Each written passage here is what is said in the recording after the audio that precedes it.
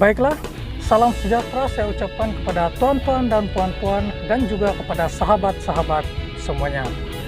Saya ingin mengucapkan ribuan terima kasih kepada Anda semua yang sudah meluangkan masa untuk singgah dan menonton video di channel ini.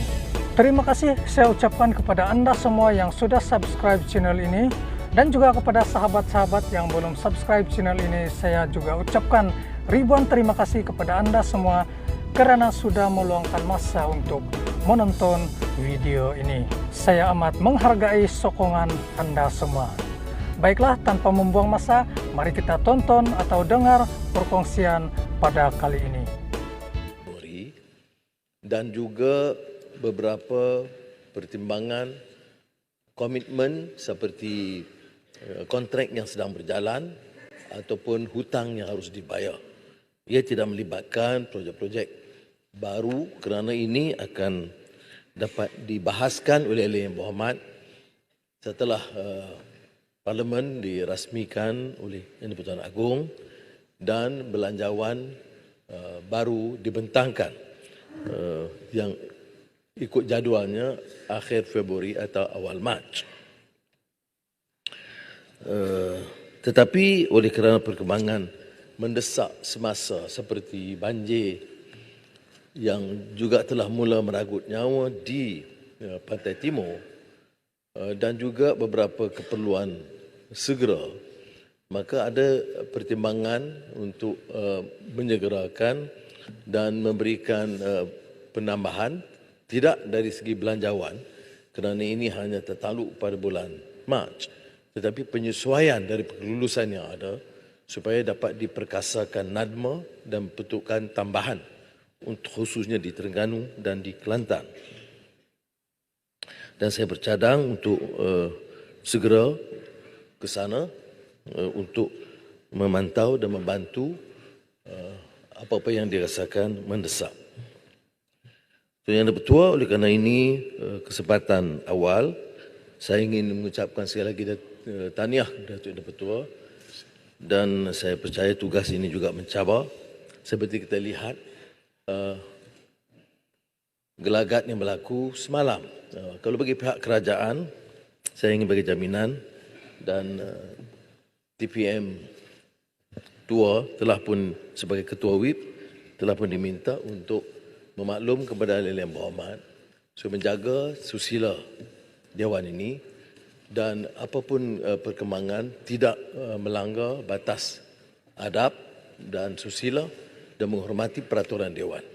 Dan saya harap hal yang sama juga akan dilakukan oleh Ketua Pembangkang dan Ketua WIP sebelah Perikatan Nasional. Ini kerana kita tahu sidang Parlimen ini ditonton, kita boleh berbeza pendapat, boleh bertengkar, tetapi harus jaga kemuliaan Dewan ini dan tidak keterlaluan kerana ini akan ditertawakan oleh rakyat dan melihat seluruh Dewan ini menjadi gelanggang seperti mana disebut dalam sosial media sirkus. Jadi ini saya serah kepada bijaksanaan Yang Bertua, tapi saya bagi jaminan kita akan beri sokongan penuh kalaupun tindakan itu perlu dikenakan ke atas ahli Yang Berhormat daripada pihak Kerajaan Perpaduan. Yang kedua Yang Bertua ialah untuk mengucap terima kasih kepada semua ahli Yang Berhormat, termasuk dari pembangkang yang memberi sokongan ataupun yang menyatakan undi percaya atau keabsahan itu tidak diperlukan. Bermakna mereka menerima kenyataan ada perubahan dan tanggungjawab yang saya pikul diberikan ruang untuk meneruskan tugas tanpa gangguan dari sudut mempertikai keabsahan.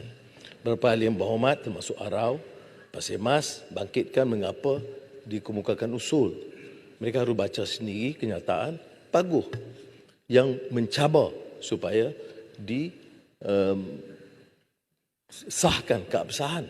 Itu yang menyebabkan saya, walaupun Menteri Jabatan Perdana Menteri Bahagian Undang dan juga Peguam Negara, malah Yang di-Pertuan Agong sendiri telah menyatakan tidak ada keperluan kerana kenyataan majoriti itu jelas.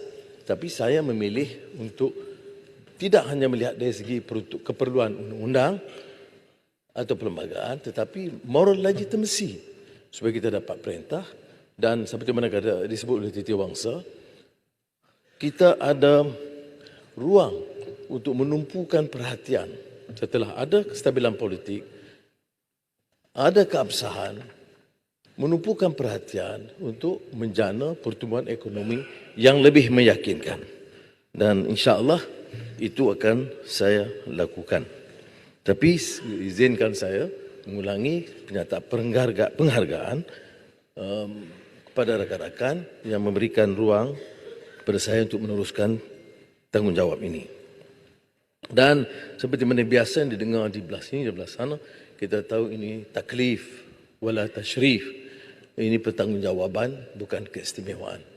Kita memikul tanggungjawab ini dalam keadaan ekonomi yang getir, soal perpaduan yang dibangkitkan, dan oleh demikian memerlukan seluruh tenaga, dan saya hargai teguran yang disampaikan.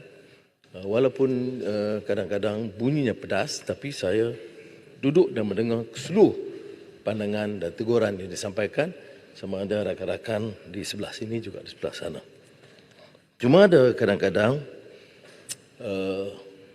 mengikut Shakespeare, dia kata, a tale told by an idiot full of sound and fury signifying nothing.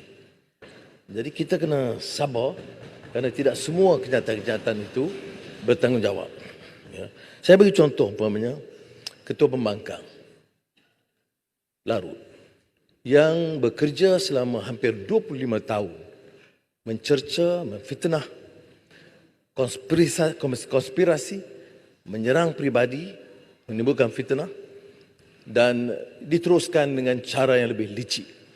Saya tidak akan ulas perkara itu yang Tuan Yang Dipertua, kerana tentunya dia belum dapat tarbiyah daripada Marang yang pernah menulis, dan saya ucapkan jazakallah khairan kepada Marang, menulis tentang Qazaf. Ya. Saya syorkan buku itu juga dibaca oleh Ketua Pembangkang.